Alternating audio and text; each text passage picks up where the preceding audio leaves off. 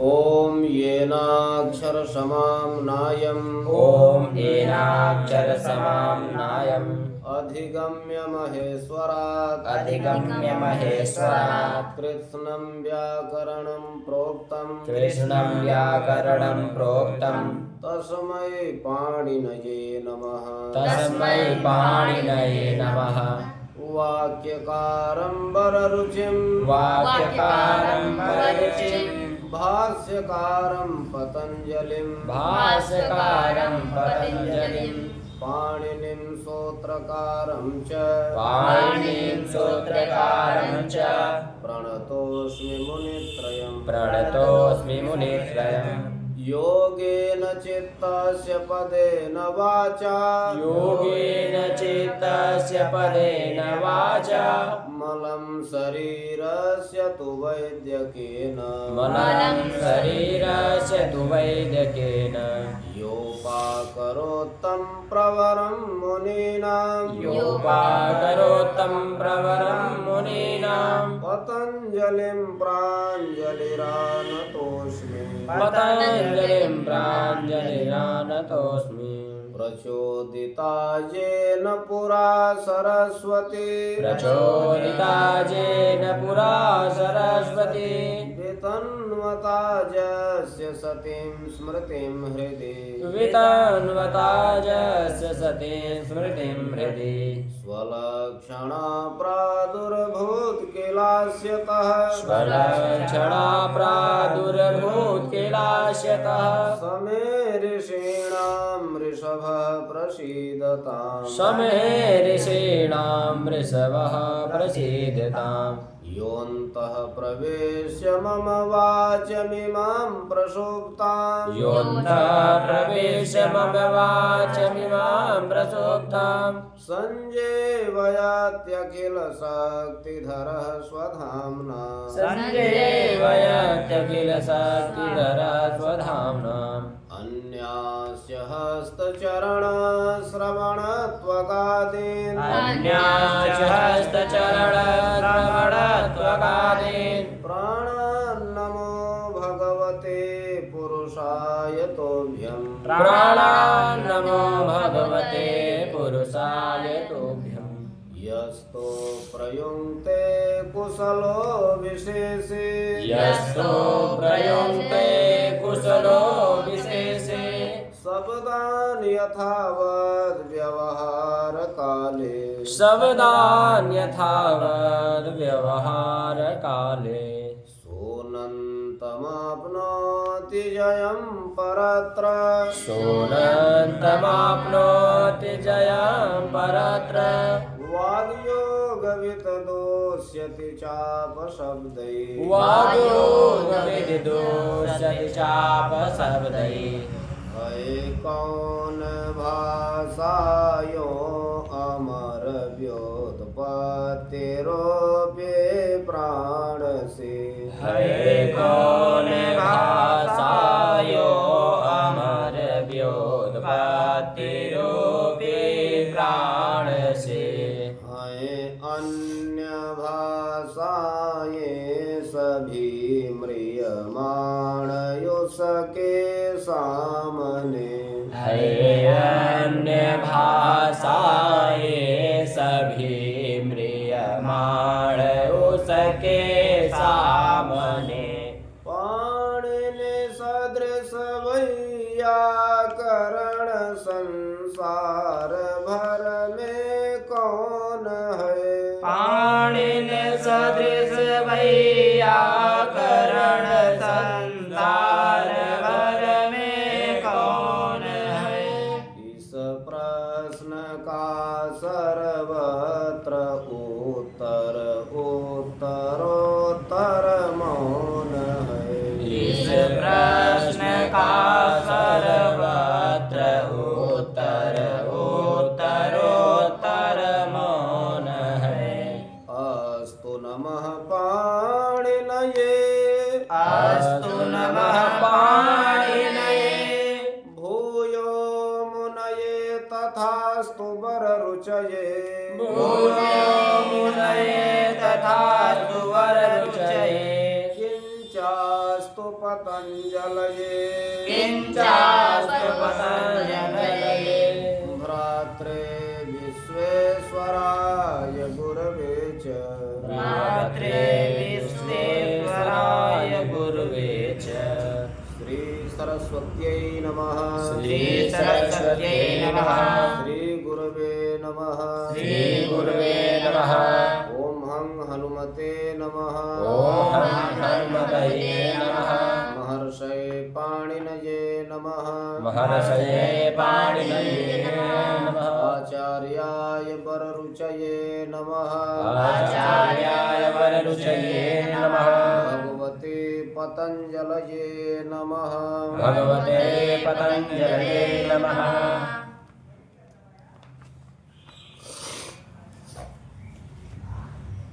पिछली कक्षा में अव्ययी भाव समास का पाठ पूरा हो गया था ना जी गुरुजी सभी समासों में अव्ययी भाव समास एक ऐसा समास है जो नित्य समास है और जितने समास हैं चाहे तत्पुरुष हो चाहे बहुव्रीहि हो द्विगु हो कर्मधारय हो द्वंद्व हो ये सब वैकल्पिक समास होते हैं अन्य सभी समास विकल्प से होते हैं लेकिन अव्ययी भाव समास नित्य समास होता है यह अव्ययी भाव समास में प्रारंभ में ही बताया गया है अव्ययम विभक्ति समीप समृद्धि वृद्धिरर्थाभावात्यया संप्रति शब्द प्रादुर्भाव पश्चात यथानुपूर्व योग पद्य सादृश्य संपत्ति साकल्यान्त वचनेषु सूत्र की वृत्ति में ही बताया गया नित्य समास किसको कहते हैं वहाँ परिभाषा लिखी हुई है यहाँ ये सब बताया गया है कि अव्यय का विभक्ति के अर्थ में समीप के अर्थ में समृद्धि के अर्थ में वृद्धि माने हानि के अर्थ में अर्थाभाव के अर्थ में अत्यय माने नाश के अर्थ में शब्द प्रादुर्भाव के अर्थ में पश्चात के अर्थ में यथा के चारों अर्थों में यथा के चार अर्थ हैं योग्यता विपसा पदार्थानतिवृत्ति और सादृश्य यथा के इन चारों अर्थ सादृश्य अर्थ में संपत्ति अर्थ में साकल्य अर्थ में और अंत अर्थ में समास होता है नित्य समास होता है कैसा समास नित्य समास होता है तो वहाँ नित्य को बताया गया है कि नित्य की परिभाषा क्या है प्रायेण अविग्रहो अस्वपद विग्रहो व नित्य समास है प्रायः जिसका विग्रह नहीं होता अथवा अपने पदों से जिसका विग्रह नहीं होता उसको नित्य समास कहते हैं अन्य जितने भी समास हैं उनका अपने पदों से विग्रह हो जाता है लेकिन अव्ययी भाव समास में एक पद अव्यय जरूर रहेगा तो उसका विग्रह अपने पदों से नहीं होता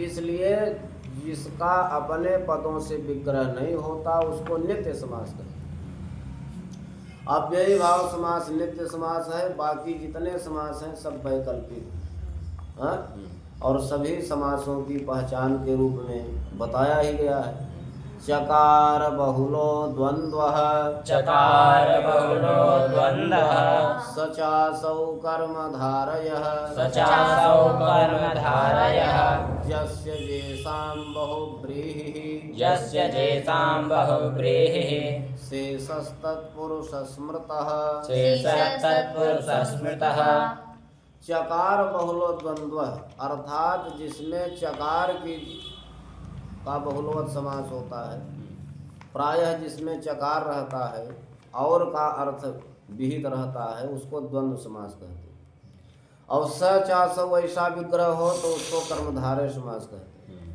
जस जैसाम इस प्रकार का विग्रह हो तो उसको बहुव्रीहि समास कहते हैं हाँ?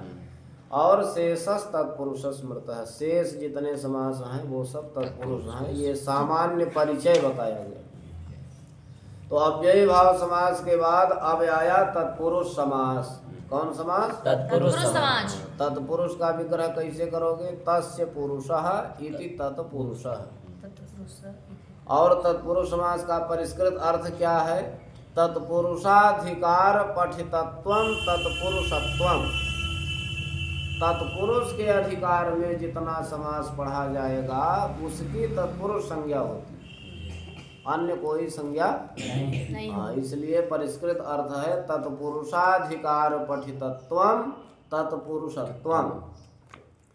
पहला सूत्र आ गया तत्पुरुषः अधिकारो यम प्राग बहुब्रीहे। प्राग बहुब्रीहे तत्पुरुषः यह अधिकार सूत्र है, लिखा है ना, अयम अधिकार, यह अधिकार सूत्र है। सूत्र 6 प्रकार के होते हैं, संज्ञा च परिभाषा च विधिर नियम एव च अतिदेशोधिकारस्य षड्विधम सूत्रमुच्यते। संज्ञा सूत्र, परिभाषा सूत्र, विधि सूत्र, नियम सूत्र, अतिदेश सूत्र और अधिकार सूत्र। अधिकार किसको कहते हैं? उत्तर प्रकरण व्याप्य अधिकार, जो उत्तर प्रकरण माने बाद वाले प्रकरण को व्याप्त करे उसको अधिकार कहते हैं। अधिकार सूत्र जहाँ रहते हैं वहाँ इनका कोई काम नहीं, लेकिन पर सूत्रों के साथ मिलकर के अपना क्षेत्र बढ़ाते हैं। इसलिए अधिकार का परिष्कृत अर्थ है स्वदेशे वाक्यार्थ बोध शून्यत्वे सति परदेशे वाक्यार्थ बोधकत्वम अधिकारत्वम। अपने देश में अपने स्थान पर ये अधिकार सूत्र जहाँ रहते हैं वहाँ इनका कार्य नहीं होता, लेकिन पर सूत्रों के साथ मिल करके ये अपना अधिकार निश्चित करते हैं। तो तत्पुरुषः यह अधिकार सूत्र है। कहाँ तक इसका अधिकार चलेगा? बोले प्राग बहुब्रीहे, बहुब्रीही समास के पहले तक, अर्थात जब तक बहुब्रीही समास नहीं आ जाता तब तक तत्पुरुष का अधिकार चलेगा। द्विगुश्च द्विगुरपि तत्पुरुष संज्ञकः स्यात्। द्विगुश्च सूत्र में च जो आया इसका अर्थ क्या हुआ? और द्विगु समास की भी तत्पुरुष संज्ञा होती है। द्विगु समास की भी कौन संज्ञा होती है? तत्पुरुष द्विगुरपि तत्पुरुष संज्ञकः स्यात्। द्विगु समास की भी तत्पुरुष संज्ञा। द्विगुश्च सूत्र में जो च आया, चकारः अनुक्त समुच्चयार्थकः, चकारेण अन्वयः। जब किसी सूत्र में च आ जाए तो समझ लो कि पीछे वाले सूत्र के जस्ट बाद का ये सूत्र है, तो वहां पर जो है अधिकार चल रहा है तत्पुरुष का। द्विगुश्च कह दिया मैंने, और द्विगु समास की भी तत्पुरुष संज्ञा होती है। अब तत्पुरुष समास को जो है बता रहे हैं सभी विभक्तियों में, द्वितीया में, तृतीया में, चतुर्थी में, पंचमी में, षष्ठी में, सप्तमी विभक्ति में। प्रथमा को छोड़ करके तत्पुरुष समास को सभी विभक्तियों में बता रहे हैं। ठीक सोचो, प्रथमा को छोड़ करके। अच्छा, प्रथमा को क्यों नहीं बताए? द्वितीया तत्पुरुष समास होता है, तृतीया तत्पुरुष समास होता है, चतुर्थी तत्पुरुष समास होता है, पंचमी तत्पुरुष, षष्ठी तत्पुरुष, सप्तमी तत्पुरुष, लेकिन प्रथमा तत्पुरुष नहीं होता। क्यों? क्योंकि प्रथमा जो है वो बहुब्रीही होता है। प्रथमा विभक्ति वाला बहुब्रीही समास में हमेशा प्रथमांत पद ही रहते हैं। प्रथमांत का बहुब्रीही समास होता है, अब बाकी सबका तत्पुरुष समास होता है। तो सबसे पहले द्वितीया तत्पुरुष को बता रहे हैं। द्वितीया श्रितातीत पतित गता त्यस्त प्राप्ता पन्नई। द्वितीया तत्पुरुष कहाँ कहाँ होता है? द्वितीया श्रितातीत पतित गता त्यस्त प्राप्ता पन्नई। द्वितीयांतम, यहाँ द्वितीया का अर्थ क्या दिए? द्वितीयांतम, द्वितीयांत पदों का, द्वितीयांत का श्रित अतीत पतित गत त्यस्त प्राप्त आपन्न प्राकृतिक सुबंतों के साथ वा माने विकल्प से समस्यते माने समास होता है। और स च तत्पुरुषः, और उसके तत्पुरुष संज्ञा होती है। द्वितीयांत पदों का श्रित अतीत पतित गत अत्यस्त प्राप्त और आपन्न प्राकृतिक सुबंतों के साथ विकल्प से समास होता है और उसके तत्पुरुष संज्ञा होती है। उदाहरण दिए कृष्णम श्रितः कृष्ण श्रित इत्यादि। कृष्णम श्रितः कृष्ण श्रित इत्यादि। तो यहाँ पर समस्त पद क्या है? कृष्ण श्रितः। समस्त पद क्या है? कृष्ण श्रितः। लौकिक विग्रह क्या होगा? कृष्णम श्रितः। अलौकिक विग्रह क्या होगा? कृष्ण आमश्रित सु। कृष्णम में द्वितीय है ना, एक वचन, तो द्वितीय एक वचन में कौन प्रत्यय होता है? आम। कृष्ण आम अवश्रित सु अलौकिक विग्रह हुआ।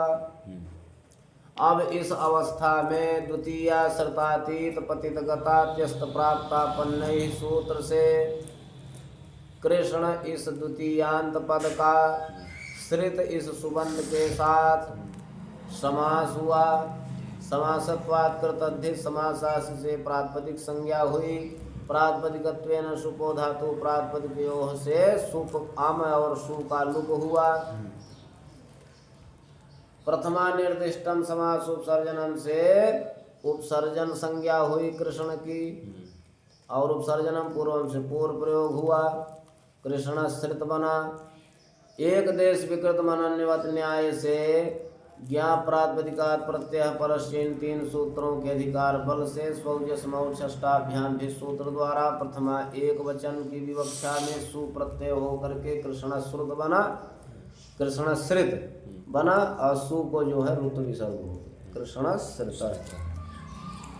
अब इसी प्रकार सबके उदाहरण है अतीत का। हाँ, इसी प्रकार अतीत का उदाहरण दुखम अतीतः दुखातीतः। दुखम अतीतः दुखातीतः। प्रक्रिया बिल्कुल वैसे ही है जैसे कृष्ण श्रुतः की। फिर अतीत के बाद पतित कूपम पतितः कूप पतितः। कूपम पतितः ग्रामम गतः ग्राम गतः। तुहिनम अत्यस्तः तुहिनात्यस्तः।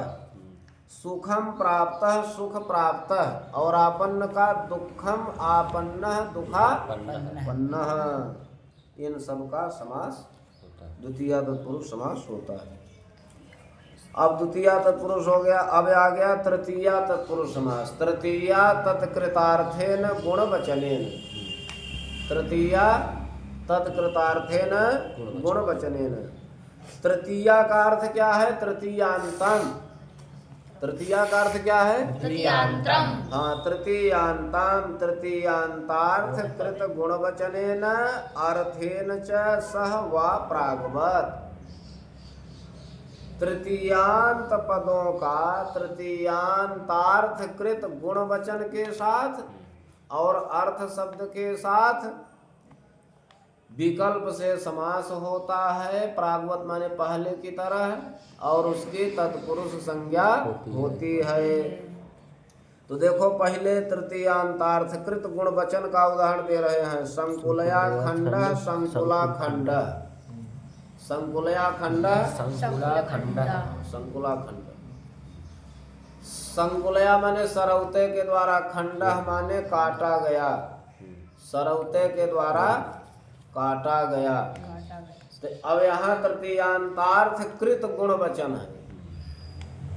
तृतीयांतार्थ क्या है? तृतीयांतार्थ कृत क्या है?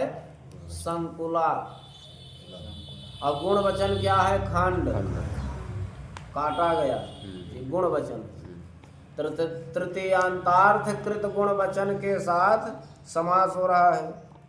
तो यहाँ पर जो है संकुलया समस्त पद क्या है? संकुला खंड। लौकिक विग्रह क्या हुआ? संकुलया खंड। अलौकिक विग्रह क्या हुआ? संकुला टा खंड सु। संकुला टा खंड सु। इस अवस्था में तृतीया तत्कृतार्थेन गुणवचनेन सूत्र से समास हुआ। समासत्वात् प्रातिपदिक संज्ञा हुई। प्रातिपदिकत्वेन शुभ लुक हुआ। टाय और हम का लुक हुआ। प्रथमा निर्दिष्टम समास उपसर्जनम से प्रथमया निर्दिष्ट संकुला की उपसर्जन संज्ञा उपसर्जनम पूर्वम से पूर्व प्रयोग संकुला खंड बना। और इसके बाद एक देश विकृत मनन्यवत न्याय से प्रथमा एक वचन की विवक्षा में सुप्रत्यय को ऋतु विसर्ग हो गया संकुला खंड। तो तृतीयांतार्थ कृत गुण वचन का उदाहरण हो गया संकुला खंड। अब जो है तृतीयांत का और किसके साथ समास होता है? अर्थ के साथ, अर्थ शब्द के साथ। उसका उदाहरण दे रहे हैं, धान्येनार्थो धान्यार्थ। यहाँ तृतीयांत कौन है? धान्येन। उसका समास किसके साथ हो रहा है? अर्थ शब्द के साथ हो रहा है। धान्येन अर्थ धान्यार्थ। जो धान्य के प्रयोजन वाला है उसको धान्यार्थ बोलते हैं। अब यहाँ समस्त पद क्या है? धान्यार्थ। लौकिक विग्रह क्या हुआ? धान्येन अर्थः। अलौकिक विग्रह क्या हुआ? धान्यता अर्थसु। तृतीया तत्कृतार्थेन गुणवचनेन सूत्र से तृतीयांत का अर्थ शब्द के साथ समास हुआ। समासत्वाद प्रातिपदिक संज्ञा, प्रातिपदिकत्वेन शुभ लुक टाय और सु का लुक हो गया। प्रथम या निर्दिष्ट धान्य की प्रथमा निर्दिष्टम समास उपसर्जनम से उपसर्जन संज्ञा, उपसर्जनम पूर्वम से पूर्व प्रयोग, धान्य अर्थ बना। अब धान्य के या में आ है और आगे अर्थ में भी आ है। आकाश वर्ण दीर्घ से दीर्घ हो गया, धान्यार्थ बना। एक देश विकृत मनन्वत न्याय से प्रथमा एक वचन की विवक्षा में सुप्रत्यय को रूप विसर्ग हो करके धान्यार्थ बना। प्रश्न किए तत्कृते किम, तत्कृत हो तभी जो है अर्थात तृतीयांतार्थ से किया गया हो तभी तृतीया तत्पुरुष समास होता है। ऐसा क्यों कहा? अक्षणा काण, आंख से काना है। यहाँ तत्कृत अर्थ नहीं है, यहाँ तृतीया का अर्थ जो है नहीं है। तत्कृत अर्थ न होने के कारण यहाँ पर अक्षकाण, नहीं तो अनभीष्ट प्रयोग बनता अक्षणा काण अक्षकाण। तत्कृत अर्थ नहीं है। फिर सूत्र आया कर्तृकरणे कृता बहुलम। और तृतीया तत्पुरुष समास कहाँ होता है? कर्तृकरणे कृता बहुलम। कर्तरिकरणे च तृतीया कृतंतेन बहुलम प्रागवत। कर्तरि माने कर्ता में, अच्छा माने और करणे माने करण में तृतीया तत्पुरुष समास होता है। तृतीयांत कृदंत के साथ, तृतीयांत कृदंत के साथ विकल्प से समास होता है और उसकी तत्पुरुष संज्ञा होती है। हरिणा त्रातो हरित्रातः। हरिणा त्रातो हरित्रातः। हरि के द्वारा रक्षा किया गया। तो यहाँ त्रातः में त्रारक्षणे धातु से अक्ता प्रत्यय होकर के त्रातः बना। अक्ता प्रत्यय कृदंत का है। अक्ता प्रत्यय किसका है? कृदंत का। अक्ता प्रत्यय कृदंत का है और ऐसे कृदंत के साथ कर्ता, हरि कौन है? कर्ता। तो कर्ता में और करण में समास होता है, तृतीया तत्पुरुष समास होता है। तो समास हो गया कर्तृकरणे कृता बहुलम से। यहाँ समस्त पद क्या है? हरित्रातः। क्या है? हरित्रातः। लौकिक विग्रह क्या हुआ? हरिणा त्रातः। अलौकिक विग्रह क्या हुआ? हरिटा त्रातसु। कर्तृकरणे कृता बहुलम से समास हो गया, प्रातिपदिक संज्ञा हुई, शुभ लुक हुआ। प्रथम या निर्दिष्ट हरि की उपसर्जन संज्ञा पूर्व प्रयोग, हरित्रात बना। एक देश विकृत मनन्वत न्याय से सु को ऋतु विसर्ग हो करके हरित्रातः बना। ये तो कर्ता में तृतीया तत्पुरुष समास हुआ। अब करण में नखैर भिन्नो नख भिन्न, नख के द्वारा तोड़ा गया। नखई भिन्न, नख भिन्न। तो नख के द्वारा करण है ना। नखई क्या है? नख क्या है? करण है ना। वहाँ पिछले उदाहरण में हरित्राता में हरि करता है और नख भिन्न में नख जो है वो करण है।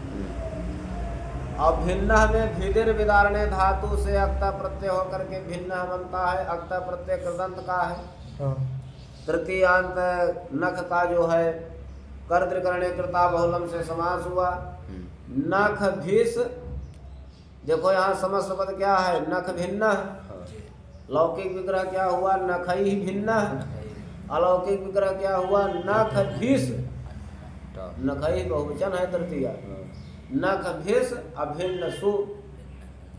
अब यहाँ पर कर्तृकरण कृता बहुलम से समास हुआ, प्रातिपदिक संज्ञा हुई, शुभलुक हुआ। हाँ, नख के उपसर्जन संज्ञा पूर्व प्रयोग, नख भिन्न बना, एक देश विगत बना न्याय से सुकर विसर्ग होकर के नख भिन्न बना। तब वार्तिक सूत्र लगा कृत ग्रहणे गति कारक पूर्व पदस्यापि ग्रहणम। जब आप कृदंत का ग्रहण कर ही रहे हैं तो कृदंत का ग्रहण करने पर, कृत ग्रहणे माने कृदंत का ग्रहण करने पर गति संज्ञक पूर्व पद का और कारक संज्ञक पूर्व पद का भी ग्रहण करना चाहिए, अर्थात उसका भी तृतीया तत्पुरुष समास होता है। यानी पूर्व पद गति संज्ञक हो, अपूर्व पद कारक संज्ञक हो, कारक हो, तो उसका भी तृतीया तत्पुरुष समास होता है कृदंत का ग्रहण कर लेने पर। उदाहरण दिए नख निर्भिन्न, नख निर्भिन्न। हाँ, ये समस्त पद है। नख निर्भिन्न समस्त पद है। इसका लौकिक विग्रह क्या होगा? नखई निर्भिन्न। हाँ, नखई निर्भिन्न। अब यहाँ देखो भिन्न में भिदिर विदारण्य धातु से अक्ता प्रत्यय होकर के भिन्न बनता है और उसमें निर उपसर्ग लगा हुआ है। कौन उपसर्ग? निर्भिन्न में निर उपसर्ग लगा हुआ है जिसकी गति संज्ञा है। तो पूर्व पद जो है गति संज्ञक है कि नहीं? हाँ, तो पूर्व पद गति संज्ञक है।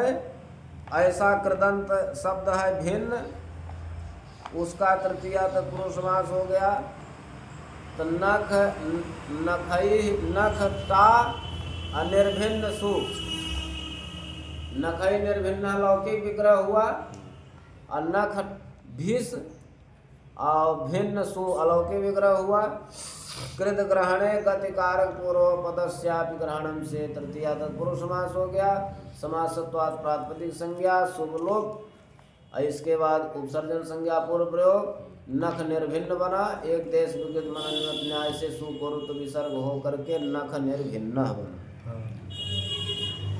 अब चतुर्थी तत्पुरुष समास आ गया।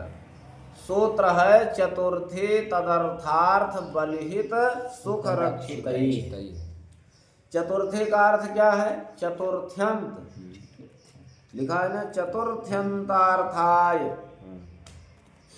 यद तदवाचिना अर्थात भिश्च चतुर्थ्यंतम वा प्रागवत। चतुर्थ्यंत का तदर्थ भी, चतुर्थ्यंत का किससे किससे तत्पुरुष समास होता है? तदर्थ। तदर्थ माने चतुर्थ्यंतर्थ। चतुर्थ्यंतर्थ के साथ, अब बलि के साथ, हित के साथ, सुख के साथ और रक्षित के साथ समास होता है और उसकी विकल्प से समास होता है और उसकी तत्पुरुष संज्ञा होती है। तो सबसे पहले चतुर्थ्यंत का चतुर्थ्यंतार्थ में समास कर रहे हैं। उदाहरण दिए यूपाय दारु यूपदारु। यूपाय दारु रूपदार। यूप माने स्तंभ, यूप माने यज्ञ, यूप माने यज्ञ। चतुर्थी है यूपाय माने यज्ञ के लिए, दारू माने लकड़ी, यज्ञ के लिए लकड़ी। देखो एक लकड़ी जंगल में पड़ी होती है, उसका कोई मतलब नहीं होता, और उसी जंगल की लकड़ी को जब घर में लाया जाता है, बढ़िया उसको छील करके उससे कुर्सी बनाई गई, मेज बनाया गया, फर्नीचर बनाया गया, सोफा बनाया गया उसी लकड़ी से, तो वह जो है भिन्न उसकी संज्ञा हो गई। अब वो लकड़ी नहीं रही, अब वो लकड़ी कुर्सी हो गई, मेज हो गई, फर्नीचर हो गया, सोफा सेट हो गया, हाँ, उसका नाम बदल गया। उसी प्रकार जो लकड़ी जंगल में पड़ी है, जब यहाँ यज्ञशाला में लाई गई तो लकड़ी यज्ञ का स्तंभ बन गया। क्या बन गया? यज्ञ का स्तंभ। और उस स्तंभ में तत्त देवता, देवताओं का आवाहन हो गया, देवता आ गए। तो यहाँ यूपाय दारु यूप दारु, यहाँ यूप क्या है? यज्ञ क्या है? प्रकृति है। और दारू क्या है? विकृति है। दारू क्या है? विकृति है। विकृति है। यूप का जो है माने प्रकृति किसको कहते हैं? जिसका समवाय कारण होता है। प्रकृति समवाय कारणम, अविकृति ही कार्यम। विकृति कहते हैं कार्य को। तो कार्य कौन है? लकड़ी। विकृति कौन है? लकड़ी। अप्रकृति क्या है? यज्ञ। तो प्रकृति समवाय कारण होता है, विकृति कार्य होता है। यज्ञ के लिए लकड़ी। तो अब यहाँ पर उपाय में चतुर्थी है, चतुर्थ्यंतर्थ है। तो योपाय दारु, योप दारु। अब यहाँ योप दारु जो है समस्त पद है, उसका लौकिक विग्रह क्या हुआ? योपाय दारु। योपाय दार। अलौकिक विग्रह क्या हुआ? योप गे अदार दारु सु। योप गे दारु सु, ये अलौकिक विग्रह हो गया।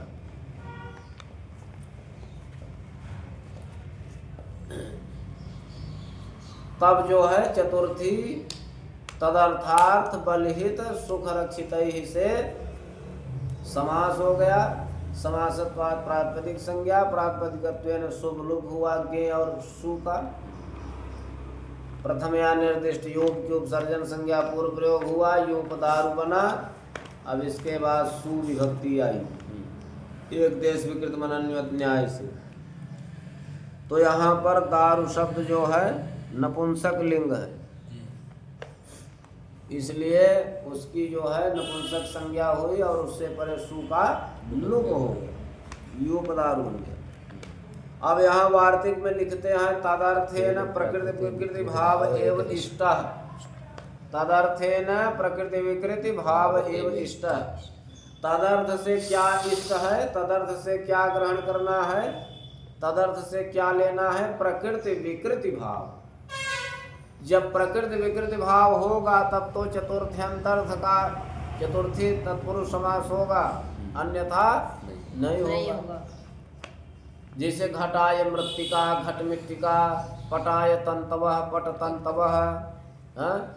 मिट्टी के माने घड़ा के लिए मिट्टी, पट बनाने के लिए तंतु, इन सब में प्रकृति के भाव है।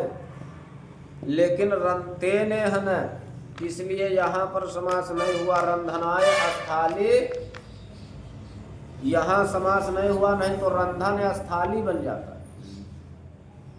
अगर समास हो जाता तो एक पद हो जाता, रंधन स्थाली बन जाता। यहाँ पर जो है रंधन माने पकाना, पकाने के लिए बटलोई। तो यहाँ पर जो है प्रकृति विकृति भाव ही नहीं है, इसलिए यहाँ पर चतुर्थी समास तत्पुरुष समास नहीं हुआ। फिर वार्तिक आया अर्थेन नित्य समासो विशेष लिंगता चेति वक्तव्यम। अर्थ शब्द के साथ नित्य समास होता है चतुर्थी का।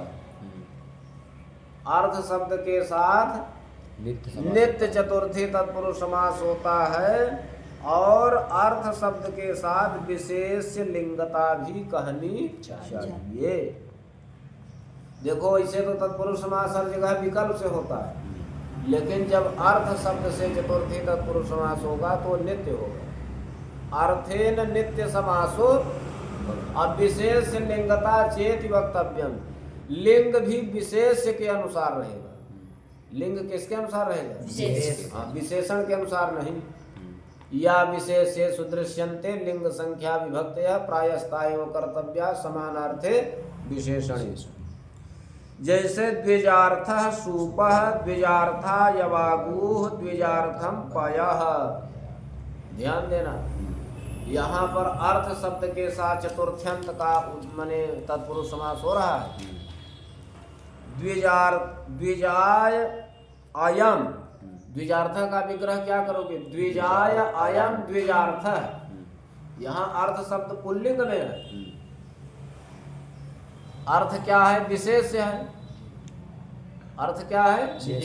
अद्विज क्या है? विशेषण है। पूर्व पद हमेशा विशेषण होता है, उत्तर पद विशेष होता है। ठीक, तो अर्थ यहाँ पर विशेष है और द्विज क्या है, विशेषण है। तो जब विग्रह करोगे, अर्थ शब्द पुल्लिंग में है तो पुल्लिंग, अगर विशेष में पुल्लिंग है तो विशेषण में भी पुल्लिंग लगाना पड़ेगा। द्विजाय अयम द्विजार्थ, अद्विजाय इयम द्विजार्था, अद्विजाय इदम द्विजार्थम। तो जब अर्थ शब्द के साथ नित्य ही यहाँ समास हो गया, कोई विकल्प नहीं। अब विशेष के अनुसार लिंग हो गया। विशेष के अनुसार क्या हो गया, ब्राह्मण के लिए सूप माने दाल, ब्राह्मण के लिए दाल, दाल, ब्राह्मण के लिए यवागुह माने हलवा, अद्विजार्थम पयः, ब्राह्मण के लिए दूध। महत्वपूर्ण प्रयोग है सभी। राजा भोज के यहाँ एक बार एक बहुत दरिद्र ब्राह्मण गए, गरीब थे बेचारे, विद्वान थे, उनमें कवित्व शक्ति थी, संस्कृत का श्लोक बनाने का सामर्थ्य था। तो वो गए तो महाराजा भोज से बोलने लगे कि भोजनम देहि राजेंद्र घृत सूप समन्वितम माहिखच्य शरच्चंद्र चंद्रिका धवलम दधि। हे राजाओं के इंद्र, भोजराज जी, भोजनम दे, हमको भोजन दीजिए, सुधा हमको परेशान कर रही है। सुधा रानी बहुत बड़ी रानी है ने, ये काल से बड़ी होती है। सुधा रानी कालहूँ ते बड़ी, सांझे खवाई पियाई विदा किए, सवेरे दुआरे खड़ी। सुधा रानी कालहू ते बड़ी। भूख का रोग सबको सताता है। वासुदेव जरा कष्टम अकष्टम निर्धन जीवनम, पुत्र शोक महाकष्टम कष्टात कष्टतरी क्षुधा। यानी वृद्धावस्था ये कष्ट का समय होता है, वृद्धावस्था कष्टकर है। वासुदेव जरा कष्टम अकष्टम निर्धन जीवनम, उस वृद्धावस्था से भी और कष्टकर कौन होता है, गरीबी का जीवन यापन। निर्धन व्यक्ति का जीवन यापन बड़े कठिनाई से होता है। तो जरा कष्ट देती है वृद्धावस्था, उससे बड़ा कष्ट है निर्धन जीवन यापन, और उससे बड़ा कष्ट है पुत्र शोक। पुत्र शोक महाकष्टम। जिसके जीवन में पुत्र शोक हो गया फिर उसका कोई जीवन नहीं रह जाता। अब कष्टात कष्टतरी क्षुधा, सबसे बड़ा कष्ट देती है क्षुधा माने भूख का कष्ट सबसे अधिक। उदर है, पेट है, तो व्यक्ति भोजन के लिए उद्यम करेगा, उसी उद्यम में सब दुख जो है भूल जाते हैं। तो ऐसे ही वो भूख से पीड़ित ब्राह्मण जी गए महाराजा भोज के यहाँ, बोले भोजनम देहि राजेंद्र, हे राजन मुझको भोजन दी। और कैसा भोजन, घृत सूप समन्वितम, ऐसा भोजन दीजिए माने जिस भोजन में दाल ऐसी हो जिसमें घी भी हो।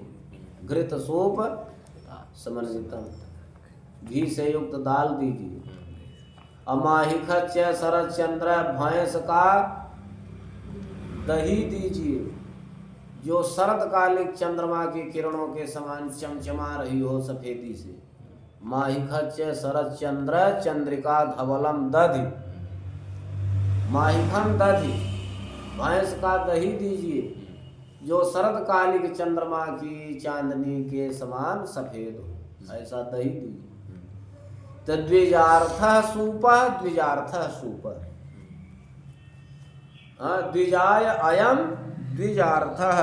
अब यहाँ पर द्विजाय अयम, यहाँ पर जो है अर्थ का, यहाँ समस्त पद क्या है, द्विजार्थ है।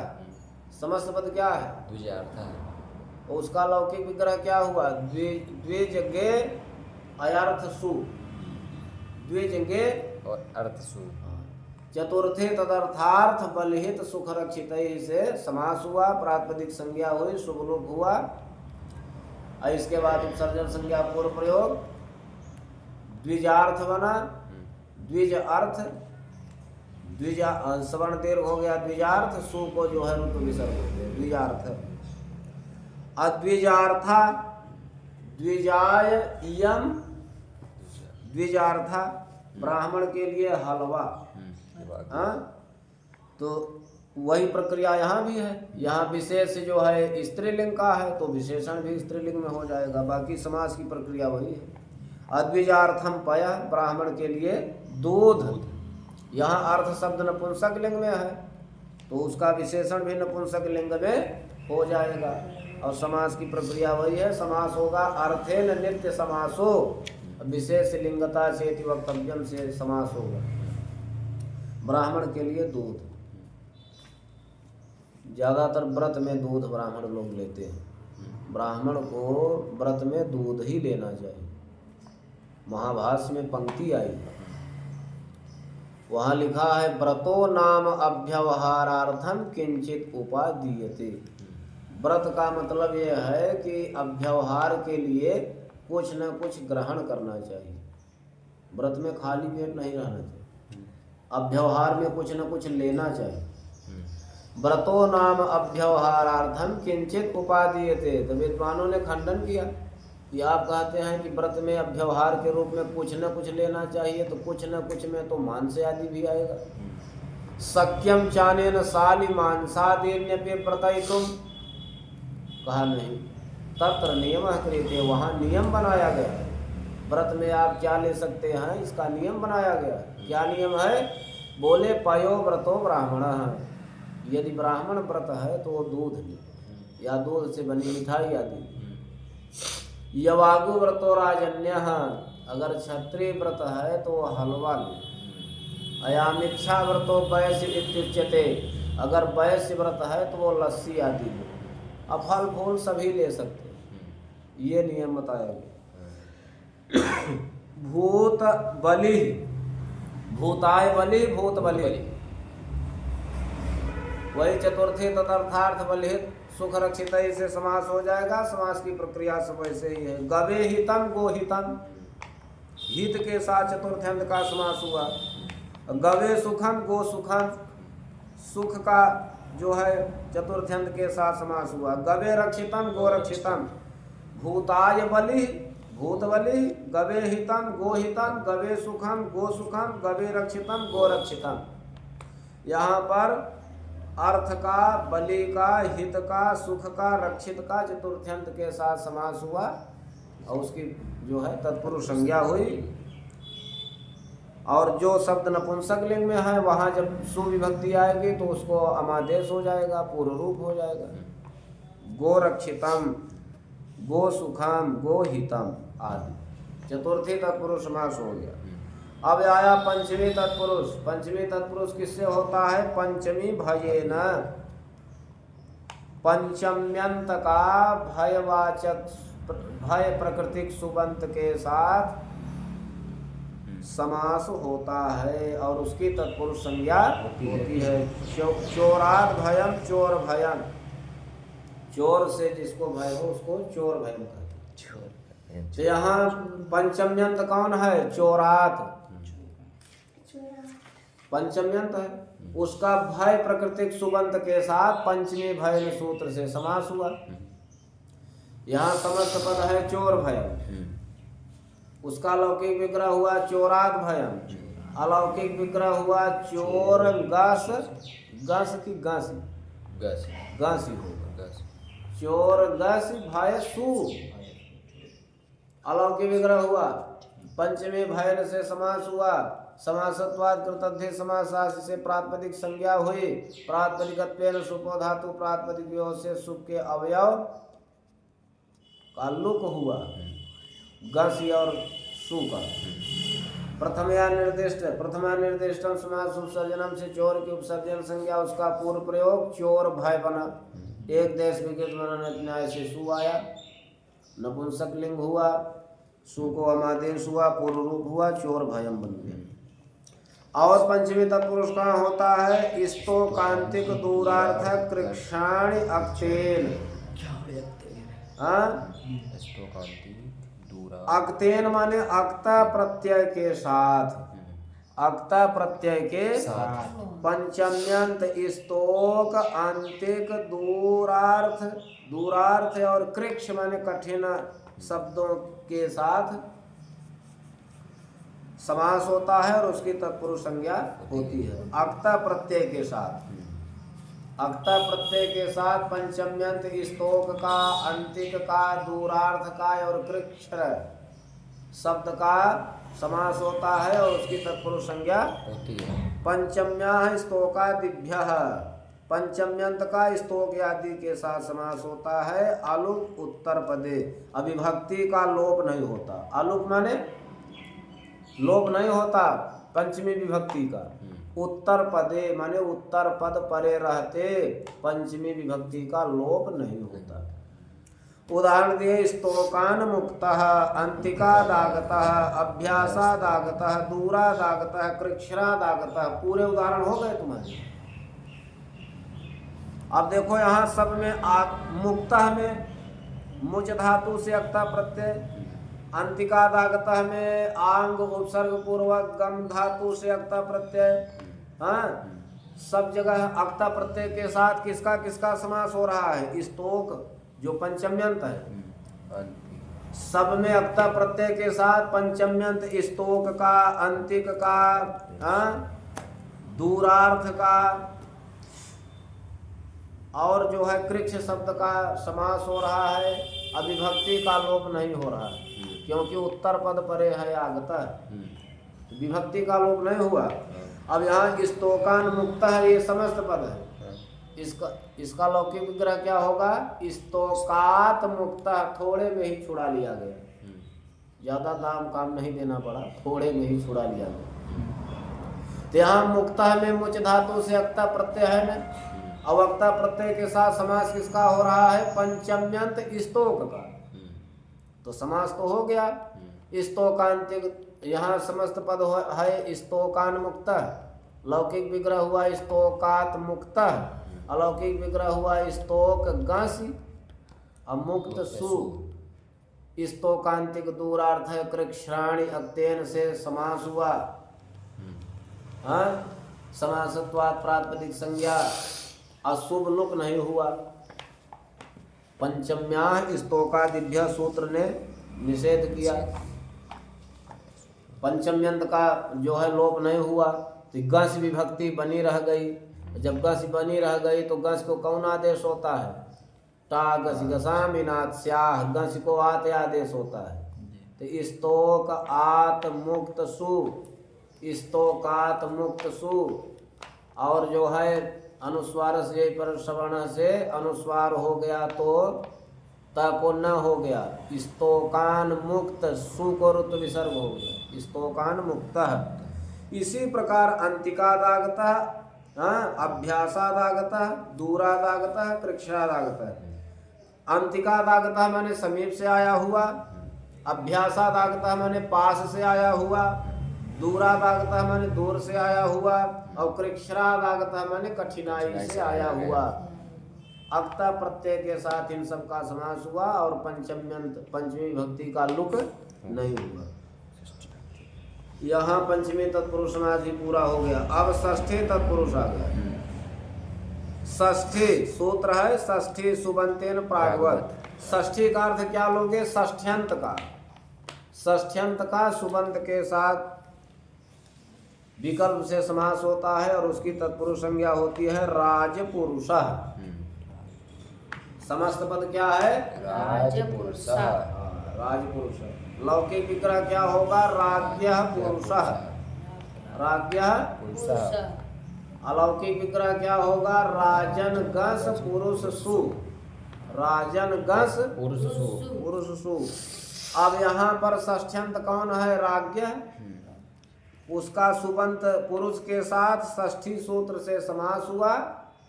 समासत्वात् कृतद्धि समासास से प्रातिपदिक संज्ञा, प्रातिपदिकत्वेन सुपो धातु प्रातिपदिकों से सुप के अवयव गस और सु का लुक हुआ। राजन पुरुष बना। राजन का जो न है उसका न लोपा प्रातिपदिकांत से लोप हो गया। राज पुरुष और षष्ठी विभक्ति में प्रथम या निर्दिष्ट जो राज शब्द है उसकी जो है उपसर्जन संज्ञा पूर्व प्रयोग हुआ, राजपुरुष बना। एक देश विकृत मनन्वत न्याय से सु को रूप विसर्ग होकर के राजपुरुष रूप सिद्ध हो। और षष्ठ्यंत समास कहाँ होता है? एक तो राजपुरुषा में हो गया षष्ठी तत्पुरुष, और कहाँ होता है? बोले पूर्वा पराधरोत्तरम एक देशिनैकाधिकरणे। पूर्वा पराधरोत्तरम एक देशिनैकाधिकरणे।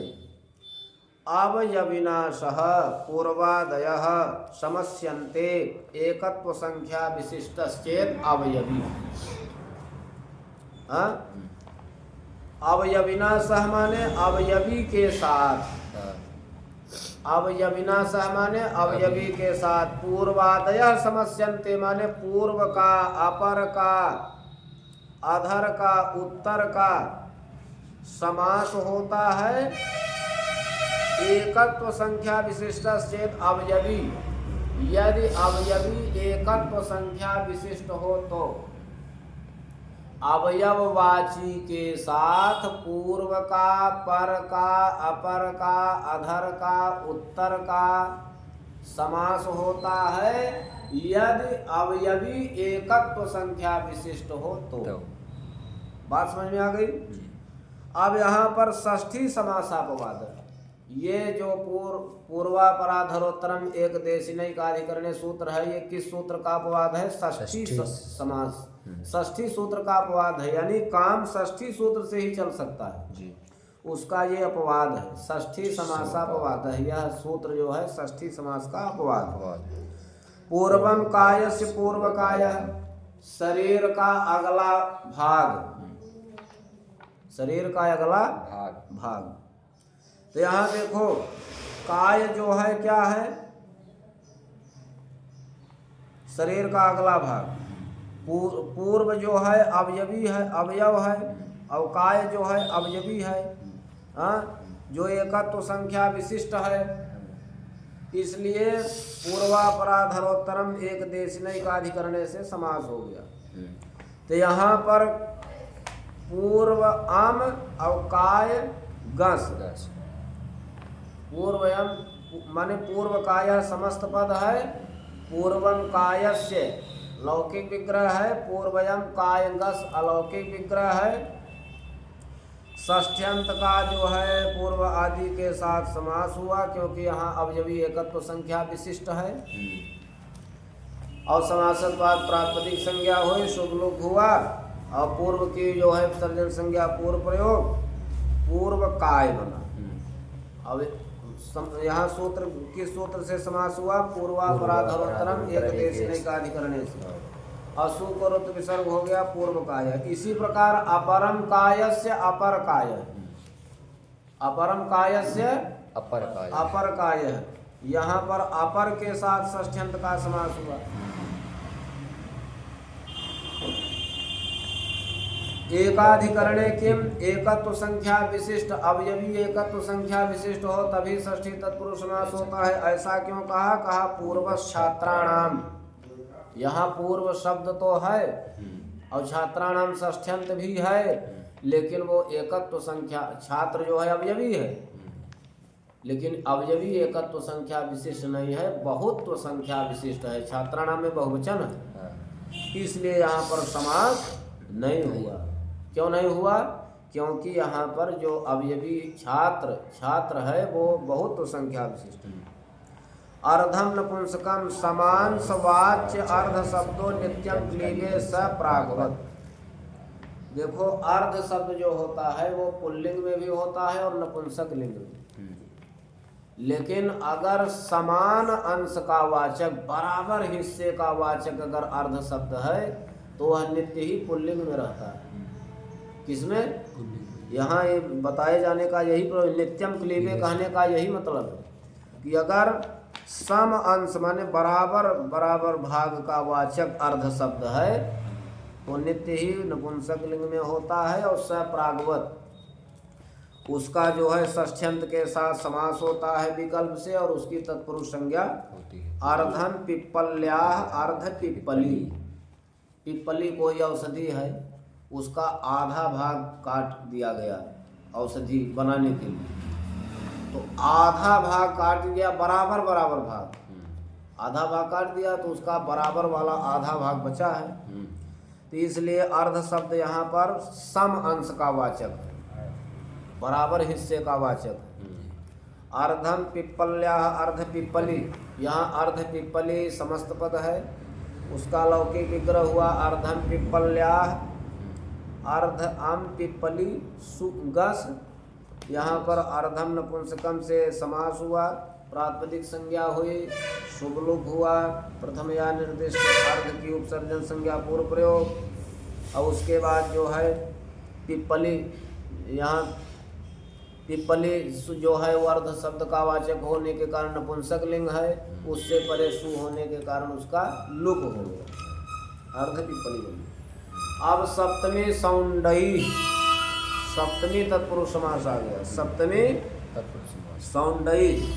सप्तमी का अर्थ क्या हुआ? सप्तम्यंतम, सप्तम्यंतम सौंडादि भी प्रागवत।